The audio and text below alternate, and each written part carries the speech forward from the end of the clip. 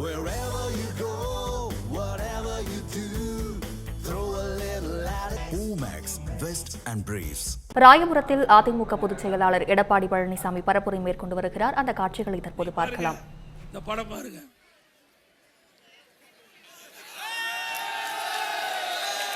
யாரோட கூட்டணி வச்சிருக்காங்க? யாரோட கூட்டணிங்க பாருங்க. இது எல்லாமே மறைஞ்சு போயிட்டாங்க.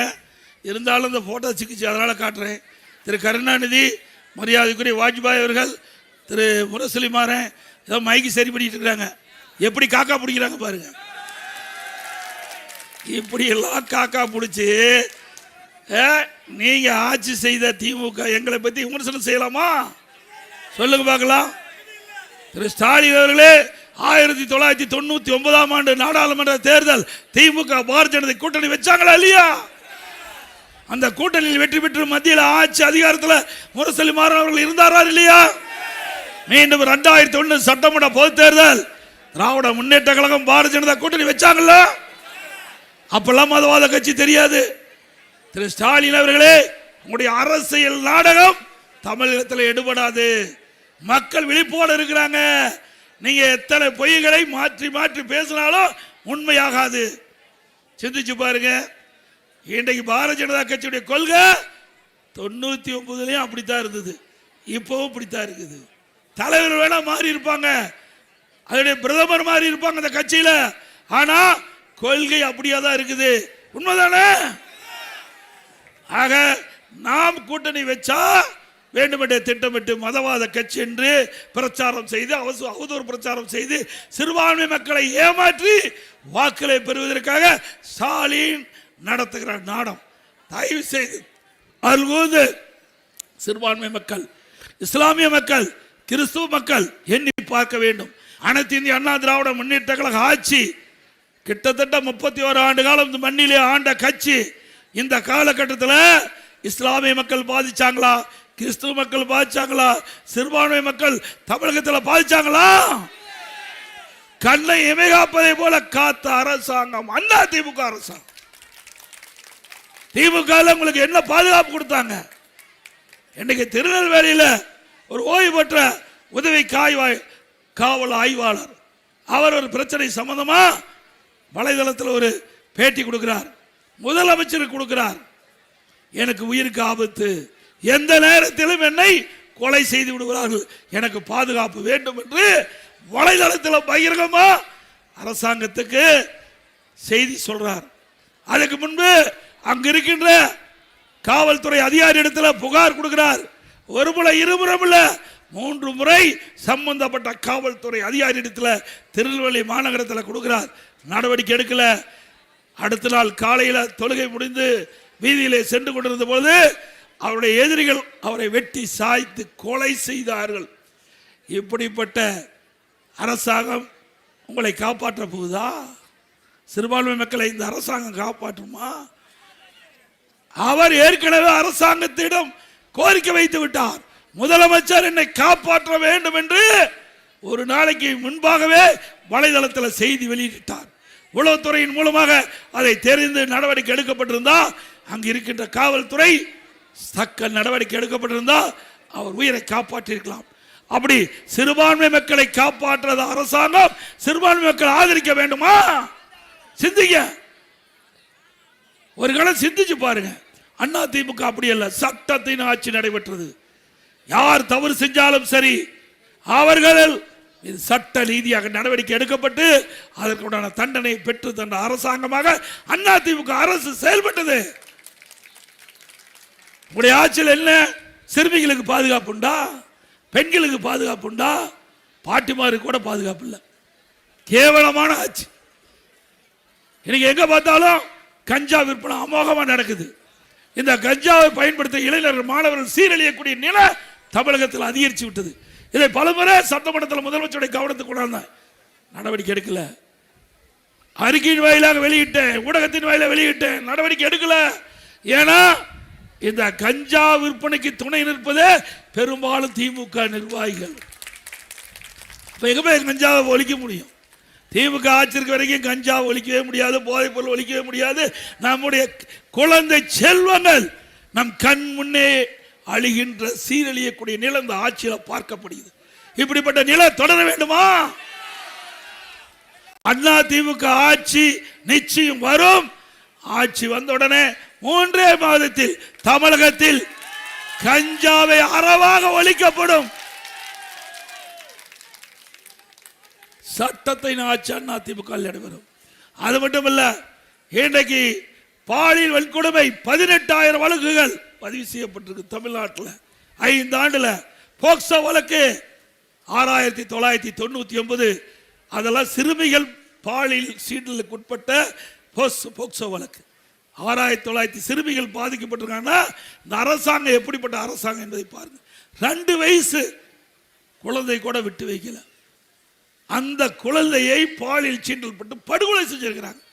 அதே போல விளாத்தி குளத்தில் 10 நாளைக்கு முந்தி ஒரு மாணவி காணாம போய்விட்டது என்று காவல்துறைக்கு புகார் கொடுத்து புகாரை விசாரிக்கல. அடுத்த நாள் அந்த பெற்றோர்கள் மீண்டும் காவல் நிலையத்தை நாடுகிறார்கள், புகார் கொடுக்கிறாங்க. அவர்கள் விசாரணை மேற்கொள்ள பிறகு மாலையிலே அந்த மாணவி சடலமாக மீட்கப்பட்ட பிறகு காவல்துறை பதிவு செய்யப்படுகிறது. இப்படிப்பட்ட ஆட்சி தமிழகத்தில் தொடர வேண்டுமா? எவ்வளவு வழக்குகள், எவ்வளவு பாலியல் குற்றச்சாட்டுகள் தமிழ்நாட்டில் நிலவிக் கொண்டு என்பதை நாம் எண்ணி பார்க்க வேண்டும். இன்னைக்கு அண்ணா திமுக ஆட்சியில் விலைவாசி குறைக்கப்பட்டது. இன்றைக்கு தமிழகம் அண்ணா திமுக ஆட்சி இருக்கின்ற வரை அரிசி விலை உயரல. திமுக ஆட்சிக்கு வந்த உடனே கிலோ 30 ரூபா உயர்ந்து விட்டது. இங்க ஏழை மக்கள் நிறைந்த பகுதி. அன்றாட வேலைக்கு சென்றால்தான் அவர் வீட்டிலே அடுப்பு எரியும் என்ற அடித்தட்டிலே வாழ்கின்ற மக்கள் படுகின்ற துன்பத்தை இந்த அரசாங்கம் கவனித்ததா? குறைப்பதற்காக நடவடிக்கை எடுத்தாங்களா? கிடையாது. இந்த ஏழை மக்களை பற்றி சிந்திப்பதற்கு இந்த முதலமைச்சருக்கும் நேரம் இல்ல, துணை முதலமைச்சருக்கும் நேரம் இல்ல. சிந்திக்க வேண்டும். அது மட்டும் இல்ல, இன்றைக்கு பருப்பு விலை கிட்டத்தட்ட 40 ரூபாய் கிலோ ஏறி போச்சு. என்ன கடலை எல்லாம் 60 ரூபாய் ஏறி போச்சு. இப்படி உணவுப் பொருட்கள் விலை உயர்ந்துகிட்டு இருக்குது. ஆனா திமுக ஆட்சியில் குறைப்பதற்கு எந்த நடவடிக்கை எடுக்கல.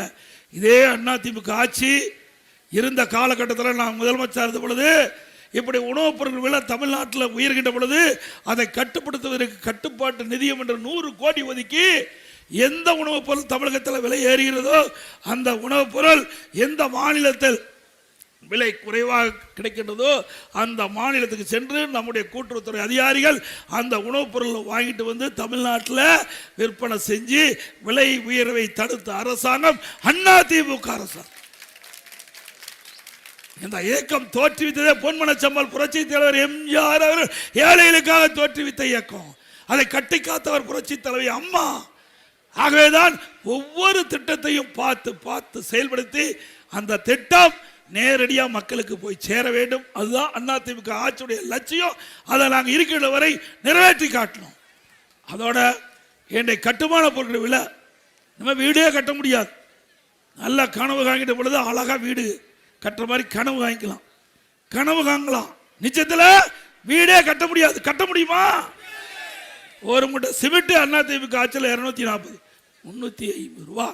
அதே போல இன்றைக்கு ஒரு யூனிட் எம்சாண்ட் 3000 ரூபாய்க்கு வித்தது, 6000 ரூபாய்க்கு விற்குது. ஒரு யூனிட் ஜல்லி 2000 ரூபாய்க்கு வித்தது அதிமுக ஆட்சியில், இப்போ 5500 ரூபாய்க்கு விற்குது. ஒரு டன் கம்பி 40,000 ரூபாய்க்கு அதிமுக ஆட்சி இப்போ 65,000 ரூபாய்க்கு விற்குது. ஒரு செங்கல் அதிமுக ஆட்சியில் 7 ரூபாய் 8 ரூபாய்க்கு விற்றது, இப்போ 12 ரூபா 13 ரூபாய்க்கு விற்குது. மரம் 200% ஏறி போச்சு. வீடு கட்ட முடியுமா? இவ்வளவு விலை உயர்ந்திருக்குது. அப்போ 2021 சட்டமன்ற பொது தேர்தலில் திராவிட முன்னேற்ற கழக தேர்தல் அறிக்கையில் குறிப்பிட்டிருக்கிறாங்க. இப்படி கட்டுமான பொருட்கள் விலை ஏறுகின்ற பொழுது அத்தியாவசிய பட்டியலே சேர்க்கப்பட்டு அதை குறைப்பதற்கு நடவடிக்கை எடுக்கப்படும் என்று திரு ஸ்டாலின் அவர்கள் தேர்தல் அறிக்கையில் வெளியிட்டீங்க. அதன்படி கடந்த 2 வருஷத்துக்கு முந்தைய சட்டமன்றத்தில் சம்பந்தப்பட்ட துறை அமைச்சர்கிட்ட நீங்க தேர்தல் அறிக்கையில் இத்தனாவது தேர்தல் அறிக்கை நம்பரை சொல்லி நீங்க குறிப்பிட்டிருக்கிறீங்க. கட்டுமான பொருட்கள் விலை ஏறுகின்ற பொழுது அத்தியாவசிய பட்டியலில் சேர்க்கப்பட்டு விலை குறைக்கப்படும் என்று நீங்கள் தெரிவித்ததை ஏன் நடவடிக்கை எடுக்கணும்னு சொன்னா இதுவரைக்கும் எடுக்கவே இல்லை. சிந்திச்சு பாருங்க. அது மட்டும் இல்ல, திராவிட முன்னேற்ற கழகம் ஆட்சிக்கு வருவதற்கு முன்பு 2021 சட்டமன்ற பொது தேர்தல் போது 525 அறிவிப்புகள் வெளியிட்டாங்க. அதில் 4 பங்கு அறிவிப்போட முழுமையாக நிறைவேற்றல. முக்கியமான அறிவிப்பு, நம்முடைய இளைஞர்கள் மாணவர்கள் வங்கியில் வாங்கிய கடன் ரத்து பண்ணாங்களா? கேஸ் சிலிண்டருக்கு மாதத்திற்கு 100 ரூபாய் மானியம் கொடுக்குறாங்களா? கொடுத்தாங்களா? பெட்ரோல் டீசல் விலை குறைக்கிறாங்களா? குறைச்சாங்களா?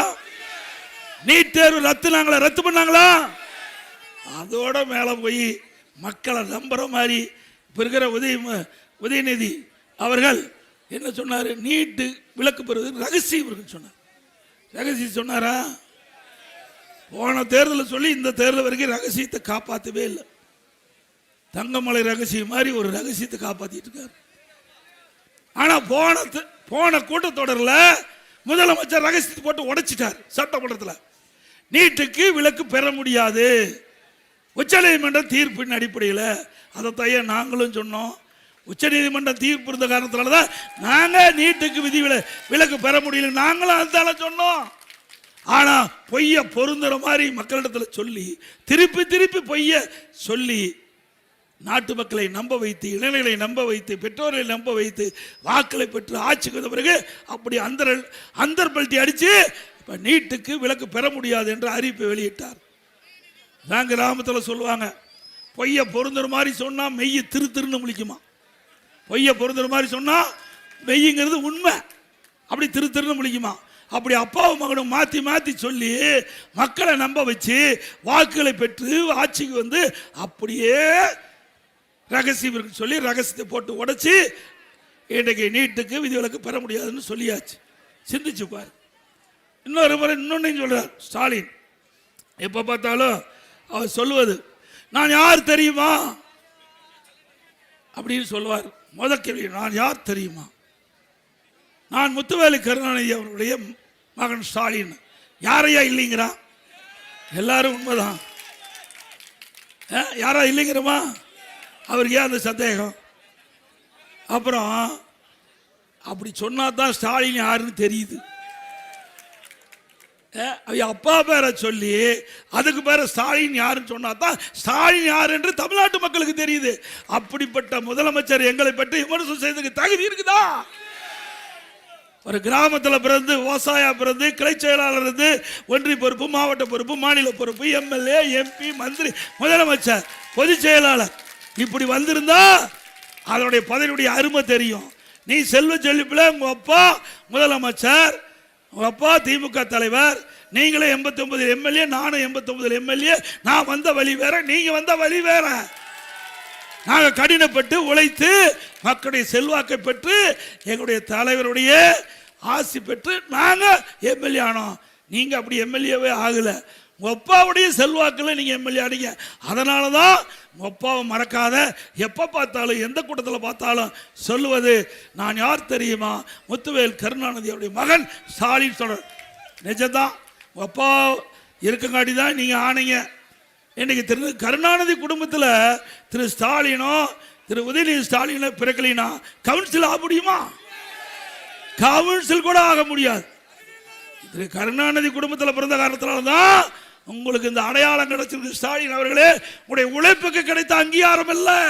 உண்மையா? நம்மை போல கீழே இருந்து உழைத்து மேல வந்தாரா? எதுவுமே செய்யாத, எந்த உழைப்புமே கொடுக்காத முதலமைச்சர் ஆனீங்க, துணை முதலமைச்சர் ஆனீங்க.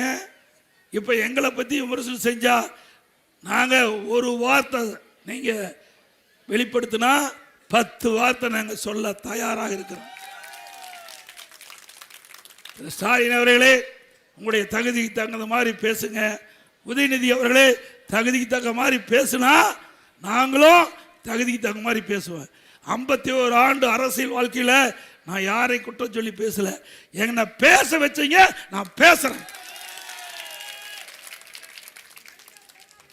அதே போல இன்றைக்கு திரு ஸ்டாலின் அவர்கள் முதலமைச்சர் சொன்னார், சென்னை மாநகரம் முழுவதும் தண்ணீரை தத்தளித்துக் கொண்டிருக்கிறது எதிர்க்கட்சியில் சொன்னார். நாங்கள் ஆட்சிக்கு வந்த ஒரு சொட்டு தண்ணீர் கூட நம்முடைய சென்னை மாநகர வீதியிலே தேங்காதனர். அப்படியே இருக்குது. இதுக்கு நாம கொண்டாந்த திட்டம் விரலாம் கொண்டாடல. நம்முடைய இதய புரட்சி தலைவர் அம்மா இருக்கின்ற பொழுது சென்னை மாநகரத்தில் இருக்கின்ற வீதிகளில் தண்ணீர் தேங்கக்கூடாது என்பதற்காக மழைநீர் வடிகள் வாரி மழைநீர் வடிகால் வசதி செய்து கொடுப்பதற்காக சுமார் 2004 கிலோமீட்டர் நீளமுள்ள வடிகால் கால்வாய் அமைப்பதற்காக இன்னைக்கு உலக வங்கி, ஜெர்மன் வங்கியில் கடன் வாங்கி நாம 4 திட்டமா பிரிச்சோம். phase 1, phase 2, phase 3, phase 4 4ஆ பிரிச்சு 2 திட்டம் நம்முடைய ஆட்சியிலே நிறைவேற்றப்பட்டது. சுமார் 1240 கிலோமீட்டர் நீளமுள்ள வடிகால் வசதி செய்து கொடுத்தது அதிமுக ஆட்சி. அதுக்கு பிறகு நம்முடைய ஆட்சி வந்தது. நிதி தயாரா இருக்குது. டெண்டர் விட்டு பணி செய்யணும். கமிஷனுக்காக காத்திருந்து ஒருத்தரா கமிஷனு, வட்டம், மாவட்டம், எம்எல்ஏ, மந்திரி இப்படின்னு மாற்றி மாற்றி பணி செய்ய விடாமையே காலம் கடத்தினாங்க. அப்போ திரு ஸ்டாலின் அவர்களும் அப்படி சக அமைச்சர்களும், இப்போ ஒரு அம்மா மேயர் இருக்குது, பாவம் மேயர் மாதிரியே இருக்கிறாங்க, நல்லவங்க இருக்கட்டும், நல்லா இருக்குது. இவ்வளோ பெரிய கிட்டத்தட்ட 25 லட்சம் 30 லட்சம் பேர் இருக்கிற சென்னை மாநகரத்துக்கு எப்படிப்பட்ட மேயரை கூட அமர வச்சிருக்காங்க பார்த்தீங்களா? அப்படி பொம்மை மாதிரி இருக்குது. ஏங்க 30 லட்சம் மக்களுடைய அடிப்படை தேவைகளை பூர்த்தி செய்ய ஒரு திறமையான ஆளுங்கிட்ட இல்லையா? எவ்வளவு பிரச்சனை. 30 லட்சம் மக்கள் வசிக்கிற பகுதி, ஃப்ளோட் பாப்புலேஷன், அப்பப்போ வெளியிலிருந்து வந்துட்டு போறவங்க பல லட்சம் பேர். அப்படி இருக்கின்ற தமிழ்நாட்டுடைய தலைநகர் சென்னை, அப்படிப்பட்ட இடத்திற்கு ஒரு தகுதியான திறமையான ஒரு மேயர் வந்தா இந்த மக்களுக்கு தேவையான அடிப்படை தேவைகள் கிடைக்கும். ஆனா திமுகவில் அதெல்லாம் பார்க்கல. பொம்மையை ஒருத்தர் வந்து அமர வச்சுட்டு அவர்களை பயன்படுத்தி இவர்கள் கொள்ளையடிச்சிட்டு இருக்காங்க. இதான் நடக்குது. அந்த அம்மா பேசுறாங்க 98% முடிஞ்சாச்சு, இனிமேல் மழை பெஞ்சா ஒரு சொட்டு தண்ணி கூட தேங்காது. அப்புறம் இன்னொரு மந்திரி இருக்கார், மக்கள் நல்வாழ்வுத்துறை அமைச்சர்.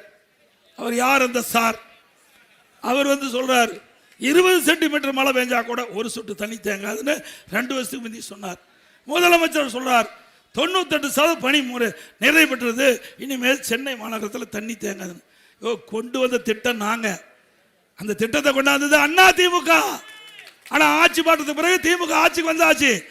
ஆட்சிக்கு வந்தவர்கள் அதை சரியான முறையில் வேகமா துரிதமா நடவடிக்கை எடுத்து செயல்பட்டு இருந்தா இன்றைக்கு சென்னை மாநகரத்தில் எந்த வீதியிலும் தண்ணி தேங்காம இருக்கக்கூடிய சூழ்நிலையை ஏற்படுத்திருக்கும். அது அதிமுக ஆட்சியில் கொண்டாந்த திட்டத்தை கூட கமிஷன் எதிர்பார்த்து இந்த திட்டம் நீண்ட காலமாக இழுபறி இருந்து இப்போ ஓரளவுக்கு முடிஞ்சிருக்குது. இப்போ ஒரு பெண்மணி அந்த மழை காலத்தில் நடந்து போறாங்க வீதியில். அப்போ அந்த அம்மா சொல்றாங்க, ஸ்டாலின் தான் வந்தாரு, நீச்சல் அடிக்க விட்டார். ஸ்டாலின் தான் வந்தாரு. அப்படித்தான் சென்னை மாநகரம் இருக்குது இந்த ஆட்சியில். இப்படிப்பட்ட ஆட்சி தொடர வேண்டுமா? இன்றைக்கு மீண்டும் பொன்மனச்செம்மல் புரட்சித்தனுடைய ஆட்சி வரணும். இந்த ஆட்சியில் மின் கட்டணம் கிட்டத்தட்ட 67% உயர்ந்தாச்சு. கடைக்கு பீக்கவர் 2 மடங்கு கட்டணம் வசூல் பண்றாங்க. இந்த மாநகராட்சியில் வீட்டு வரி 100% உயர்த்தாச்சு. ஆண்டுக்கு 6% உயர்த்து 2 வருஷத்தில் 12% உயர்வு. அதிமுக ஆட்சி இருந்ததை விட 112% வீட்டு வரி உயர்வு. கடைக்கு 150% உயர்வு, ஆண்டுக்கு 6% உயர்வு. குடி வரி உயர்வு, குப்பைக்கு வரி. அதோட மோசம் கழிப்பறை, அதை பராமரிக்கிறது. போய் கழிப்பறையில கூட ஊழல் செய்கின்ற அரசாங்கம் விடியா திமுக அரசாங்கம். சிந்திச்சு பாரு எவ்வளவு கொடுமையானது. எதெல்லாம் ஊழல் செய்யறான்னு பாருங்க. இன்றைக்கு மீனவ நண்பர்கள் இந்த பகுதியில் நிறைய இருக்கிறாங்க.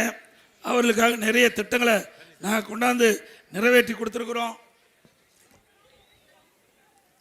மீன்பிடி தடை காலத்தில்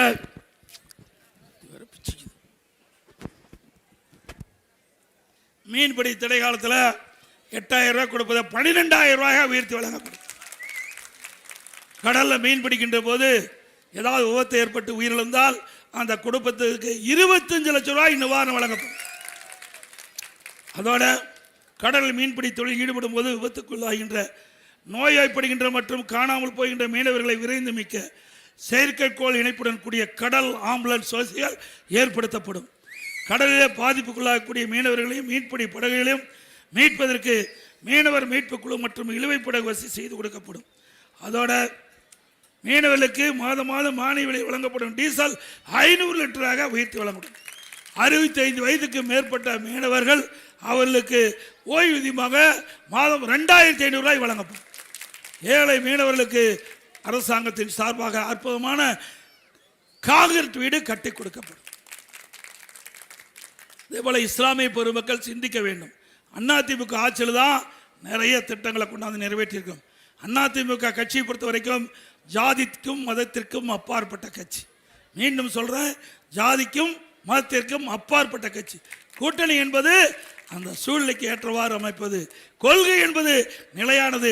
எங்கள் கொள்கை, எங்களுடைய தலைவர் வகுத்த கொள்கையிலே நாங்கள் எப்பொழுதும் பிறழாமல் செயல்பட்டு கொண்டிருக்கின்ற கட்சி அதிமுக கட்சி என்பதை நேரத்தில் தெரிவித்து, இஸ்லாமிய பெருமக்களுக்கு அனைத்து இந்திய அண்ணா திராவிட முன்னேற்ற கழக ஆட்சி இருக்கின்ற பொழுது பல்வேறு நன்மைகளை நாங்கள் செய்திருக்கிறோம்.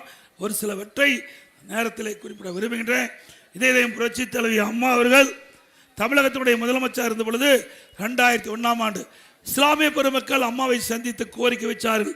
அவருடைய கோரிக்கை ஏற்று புனித ரம்லான் மாதத்தில் பள்ளி வாசலுக்கு நோன்பு கஞ்சி தயாரிக்க அரிசி வழங்கப்பட்ட அரசாங்கம் அதிமுக அரசு. நாகூர் தர்கா சந்தனக்கூடு திருவிழாவிற்கு தேவைப்படும் சந்தன கட்டளை முதலில் விலையில்லாமல் வழங்கிய அரசாங்கம் அதிமுக அரசு. 2018 வரை ஹஜ் புனித பயணம் மேற்கொள்ளும் இஸ்லாமிய பெருமக்களுக்கு மத்திய அரசு நிதியுதவி வழங்கிட்டு வந்தது. திடீரென்று நிறுத்தப்பட்டு விட்டது. 2019ஆம் ஆண்டு என்னை இஸ்லாமிய பெருமக்கள் சந்தித்து அந்த ஹஜ்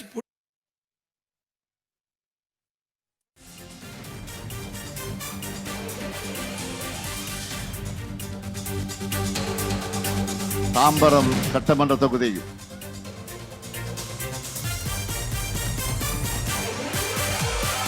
கோயம்புத்தூர் மக்களே, இந்த தமிழ் வருட பிறப்பை முன்னிட்டு நம்ம கோயம்புத்தூரோட மெகா டவுன்ஷிப்பான ஜி ஸ்கொயர் சிட்டில ஸ்பாட் புக்கிங் பண்றவங்களுக்கு பல எக்ஸைட்டிங்கான ஆஃபர்ஸ் கொடுக்க போறாங்க. இந்த சான்ஸை மிஸ் பண்ணிராதீங்க. G square city, bank on L&T bypass, international cricket stadium, L&T IT park எல்லாத்துக்கும் ரொம்ப பக்கத்திலேயே. இந்த புத்தாண்டுல உங்க ட்ரீம் பிளாட்டை சொந்தமாக்கிக்கோங்க.